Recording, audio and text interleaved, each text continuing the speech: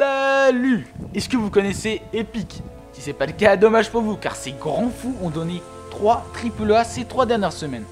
Et c'est pas de la merde! GTA V, Borderlands 2 et Borderlands The Pre-Sequel, et enfin Civilization 6.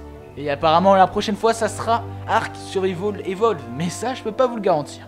Bref, j'ai voulu tester comme d'habitude si ça tournait sur un PC que j'ai récupéré, Pentium G4400, 4 Go de RAM DDR4 et un petit disque dur de 500 Go. Comme je suis gentil et que je les avais déjà installés, j'ai aussi testé Lego Batman 3, Broforce et Minecraft. Évidemment rien n'est overclocké, j'ai juste installé les drivers principalement. Bref, j'ai rien d'autre à dire. Voici de la musique, voici la vidéo, ciao. Alors, pour Civilization 6, tout en basse qualité HD, ça tourne à 30 images par seconde très stable. Et avec très peu de pics de perte de FPS. Autrement dit, ça se voit vraiment pas et c'est très jouable.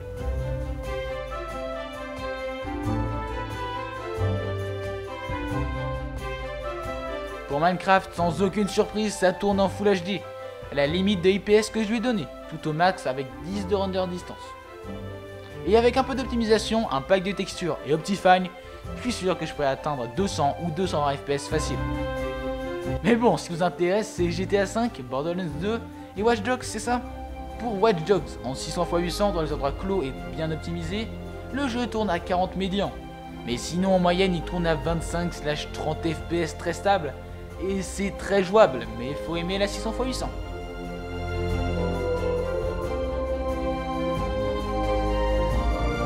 Pour Borderlands 2, le jeu tourne à 30 FPS très stable en 600x800. Alors, c'est pas ce que j'appelle jouer confortablement, mais si la 600x800 ne vous dérange pas trop, on voit pas trop la différence, et la limite des 30 FPS est juste trop bien, puisqu'il y a très peu de baisse de framerate. Bref, c'est très jouable, mais faut aimer le 600x800. Pour GTA V, vraiment, je suis choqué. En HD, tout en faible bien sûr, le jeu tourne à 24 FPS très stable. C'est largement jouable. Et d'ailleurs, c'est chelou, mais quand il y a des explosions, le jeu gagne quelques FPS, allez savoir pourquoi. En online, le jeu tournait plutôt à 20 FPS, et c'est pas ultra agréable. C'est pourquoi je recommande de jouer en 600x800, d'overclocker, et d'éventuellement de racheter une petite carte graphique. Une 710, une 730 ou une 750 suffira largement.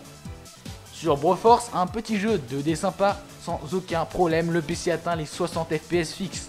Et dans les périodes en 3D, le jeu tourne à 40 FPS fixes, ce qui est très bien. Tout ça en Full HD.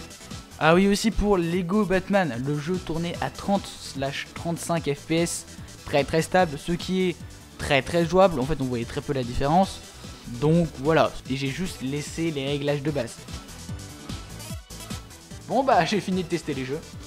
Petite anecdote, GTA V et Borderlands 2 ne se lançaient pas et je savais absolument pas pourquoi. Mais grâce à GTA V, je me suis rendu compte que si tu ne branchais pas quelque chose sur les prises jack, les jeux ne voulaient pas se lancer. Mais what the fuck? Donc j'ai juste branché un casque et ça a fonctionné. Également, la première fois que j'ai lancé GTA V et Borderlands, ça ramait sévère.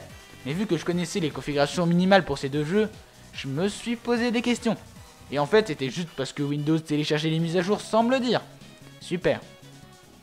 Bref, ce PC mérite une carte graphique et j'hésite pas mal à réessayer une prochaine fois, mais avec une 1050.